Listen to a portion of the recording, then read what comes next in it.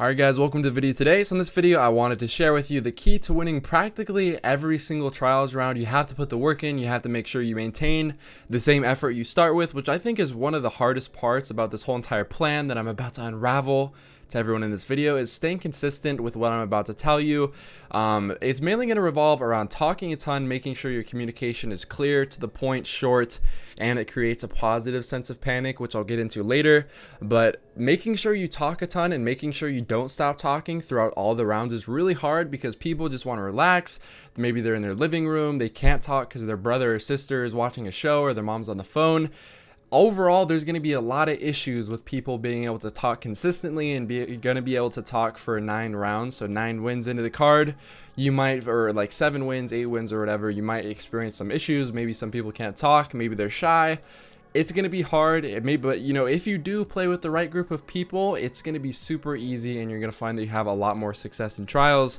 So without further ado, let's get right into it. So for those of you who have not been following my Twitter, on my Twitter I like to keep tabs and keep everyone updated as to what I'm playing at the moment, what I'm interested in, and what I've been having a lot of fun or not a lot of fun playing. So recently I've been playing Overwatch and focusing on creating a competitive team. Yes, a competitive team for console Overwatch, which may be a joke to some of you because, you know, the whole entire competitive scene for most of gaming and specifically Overwatch seems to be on the PC. I have both versions personally. I just enjoy the community more on PS4 because I'm familiar with everyone. We kind of have this own little space that we have, like we have our own little competitive community to make. It's really hard to kind of emerge into something that's already been made, that being the PC competitive community. And through this Overwatch community, I've learned a lot about competitive gaming, playing against really good people, how to win in objective based game modes, because previous to this I'd been playing in like Destiny tournaments and those are pretty much just kill based. We play skirmish and salvage, and the rule in salvage is to not cap the relic, or the relic rather. So we really don't ever have to focus on objectives, and I think that put a real big emphasis for me on teamwork and how working as a team can work wonders for you.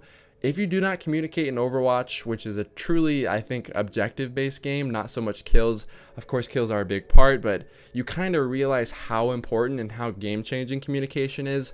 Communication allows you to talk with your teammates about the status of the enemy's health. Let's just say I bodied one person with a sniper rifle. If I let all my teammates know that someone has been bodied with a sniper, they can run in and get one last word shot off and kill them, or whatever primary they're using. It's going to be a lot easier to kill that person that has been body shotted by me.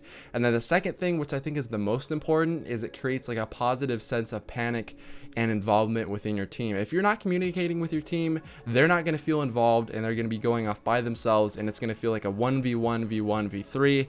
You're not working together, you're kind of all just running off in separate directions trying to get a hard scope or a snipe or going for the montage clip or whatever. And what results in that, if you're playing against a team that works together and stays together, maybe I run off by myself and I get a trade or something with someone, but the other team has all their teammates around them and they can revive them. Meanwhile, I'm off in Africa and all my teammates are like completely 200, 300, 400 feet away. They're not going to be able to res me. Now it's a 2v3. They have the numbers, they have outside advantage, whatever they have, it's always going to be better than what my team has, simply because they stayed together. If you're communicating, you feel more involved, you get team shots going. It's going to be a greater feeling when you play together as a team, and overall you're going to find that you can beat a lot of teams that might have better gun skill than you but don't work together as a team. I cannot emphasize that enough. I've learned that so much over the past few weeks, and I've been applying it to trials in my live streams, and I think we didn't lose a single game all of Saturday, or I think it was Saturday or Sunday, something like that. And I'd been losing a decent amount of trials games, and a lot of streamers have been having trouble with the map this week. So I thought I would make this little guide as to communication and how that can help you win in trials. I hope you enjoyed it. If you want me to go into depth more, I can make that into a separate video, but I didn't want to lull anyone to sleep here and make a super long video. But nonetheless, I hope you guys enjoyed it, and I'll see you guys in my next video. Peace. Also, one last thing, a lot of people have been asking me if I use Kontrol Freeks. I use the FPS Vortex, and I've been using them for around 2 years now. You can pick them up in the link below using my discount code, which is SirDimetrious, for 10% off. It helps me out, helps you out. And yeah, that's all I wanted to say. I've been getting that question a lot, so I decided I would put it at the end of this video. But nonetheless, hope you enjoyed the video, and I'll see you guys next time. Peace once again.